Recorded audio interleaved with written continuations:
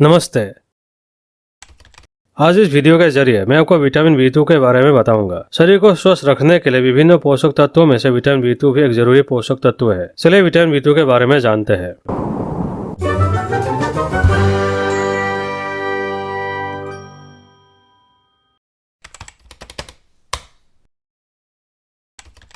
Vitamin B2 क्या है? Vitamin B2 vitamin B complex का एक महत्वपूर्ण हिस्सा है, जिसे राइबोफ्लेविन भी कहा जाता है। यह विटामिन ऊर्जा उत्पादन, कोशिकीय कार्य वृद्धि और विकास तथा फैट्स, दवाओं और स्टेरॉइड के मेटाबॉलाइज्म में प्रमुख भूमिका निभाता है। दूसरे B विटामिन की तरह विटामिन B2 भी वाटर सोल्यूबल विटामिन है। राइबोफ्लेविन कार्बोहाइड्रेट और एमिनो एसिड की प्रोसेसिंग के लिए आवश्यक है। राइबोफ्लेविन पराबैंगनी रोशनी के संपर्क में आने पर पीला और स्वाभाविक रूप से फ्लोरेसेंट होता है। इसके अलावा पराबैंगनी रोशनी और दृश्य प्रकाश राइबोफ्लेविन और इसके डेरिवेटिव को तेजी से निष्क्रिय कर सकता है।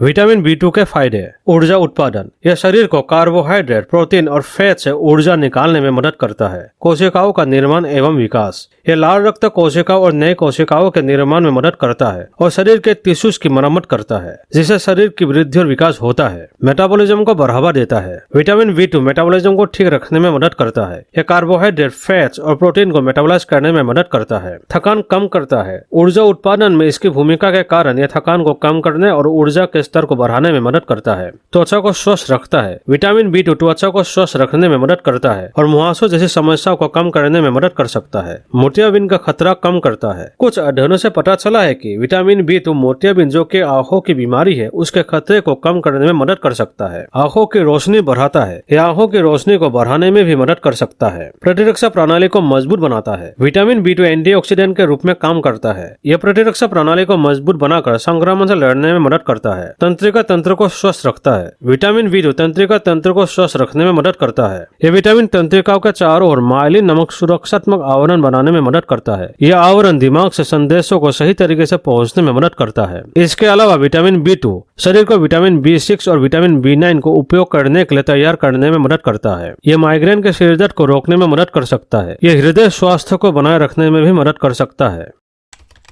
विटामिन B2 की कमी से क्या होता है? असंतुलित आहार, कुछ दवाइयों का सेवन, पाचन संबंधित समस्याएं जैसे कारणों से शरीर में विटामिन B2 की कमी हो सकती है, जैसे कि त्वचा संबंधी समस्याएं, त्वचा पर रेड रशेस, होंठों के कोनों में दरारें, त्वचा का सूखा होना जैसी समस्याएं हो सकता है। आंखों की समस्याएं, आंखों में जलन, धुंधली दृष्टि, प्रकाश संवेदनशीलता हो सकता है। पाचन संबंधी समस्याएं, फूंकना लगना, खाने को पचाने में दिक्कत, जीभ पर सूजन या दर्द हो सकता है। तंत्रिका तंत्र संबंधी समस्याएं, थकान, सिर दर्द, चक्कर आना जैसी समस्याएं हो सकता है। इसके अलावा भी गले में खराश और श्लेष्म झिल्ली, बालों का झड़ना, उदास मन, मुंह के अंदर छाले और गंभीर मामलों में एनीमिया जैसी समस्या भी हो सकता है। विटामिन B2 की मात्रा अधिक होने से क्या होगा? विटामिन B2 की ज्यादा मात्रा से कोई खास नुकसान नहीं होता है। फिर भी शरीर में अत्यधिक विटामिन B2 की मात्रा बढ़ जाने से कभी कभी खुजली, रेड रशेस, सूजन, मूत्र पीले या नारंगी रंग का होना, प्रकाश के प्रति संवेदनशीलता, थकान, सिर दर्द आदि समस्या हो सकता है। पानी में घुलनशील होने के कारण जरूरत के विटामिन B2 यानी राइबोफ्लेविन को शरीर बेहद कम समय के लिए लीवर, हार्ट और किडनीज में स्टोर करके बाकी को शरीर से बाहर निकाल देता है। फिर भी सप्लीमेंट के जरिए ज्यादा मात्रा में विटामिन B2 लेने से शरीर को नुकसान हो सकता है, इसलिए सप्लीमेंट हमेशा डॉक्टर की सलाह से ही लेना चाहिए।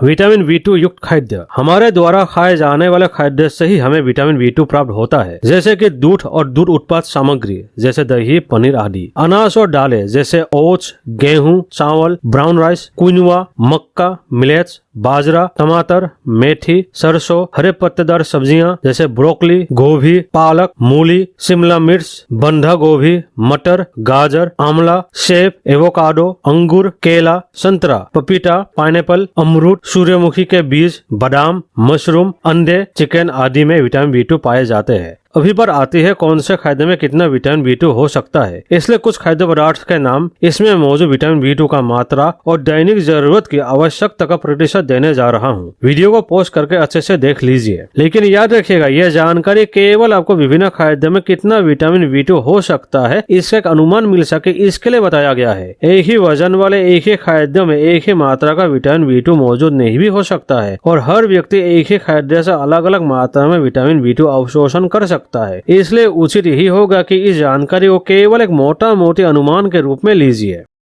विटामिन B2 की उचित मात्रा कितनी है? विटामिन B2 की उचित मात्रा व्यक्ति की उम्र, लिंग, स्वास्थ्य स्थिति, गर्भावस्था और अन्य कई कारकों पर निर्भर करता है। फिर भी सामान्यतः 6 मंथ तक के बच्चे को 0.3 मिलीग्राम, 7 to 12 मंथ बच्चे को 0.4 मिलीग्राम, 1 to 3 इयर्स बच्चे को 0.5 मिलीग्राम, 4 to 8 इयर्स बच्चे को 0.6 मिलीग्राम, 9 to 13 इयर्स बच्चे को 0.9 मिलीग्राम, 14 to 18 इयर्स लड़के को 1.3 मिलीग्राम, 14 to 18 इयर्स लड़की को 1 मिलीग्राम, 19 to 50 इयर्स आदमी को 1.3 मिलीग्राम, 19 to 50 इयर्स महिला को 1.1 मिलीग्राम, 19 to 50 इयर्स प्रेग्नेंट महिला को 1.4 मिलीग्राम, 51 ईयर से ज्यादा उम्र वाले आदमी को 1.3 मिलीग्राम, 51 ईयर से ज्यादा उम्र वाले महिला को 1.1 मिलीग्राम विटामिन B2 की आवश्यकता होती है। लेकिन याद रखिएगा, यह जानकारी भी केवल आपको विटामिन B2 की दैनिक आवश्यकता के बारे में एक साधारण अनुमान मिल सके इसके लिए बताया गया है। आप जानते ही होंगे कि यह मात्रा फिक्स नहीं है, समय, परिस्थिति और व्यक्ति के अनुसार बदलता रहता है। साथ में यह भी आप जानते ही होंगे कि एक ही उम्र, एक ही वजन वाले, शारीरिक रूप से एक जैसे दिखने वाले व्यक्ति को भी इस विटामिन की आवश्यकता अलग अलग हो सकता है। और साथ ही एक ही खाद्य पदार्थ से एक व्यक्ति जितना पोषक तत्व एब्सॉर्ब अर्थात अवशोषित कर सकता है, उतना शायद दूसरा व्यक्ति ना कर सके। इसलिए उचित यही होगा कि आप नियमित रूप से शारीरिक अनुशीलन करें, दिन भर कुछ न कुछ एक्टिविटी करें और अपने शारीरिक स्थिति को समझकर अच्छे पोषण युक्त अलग अलग चीजों का सेवन करें।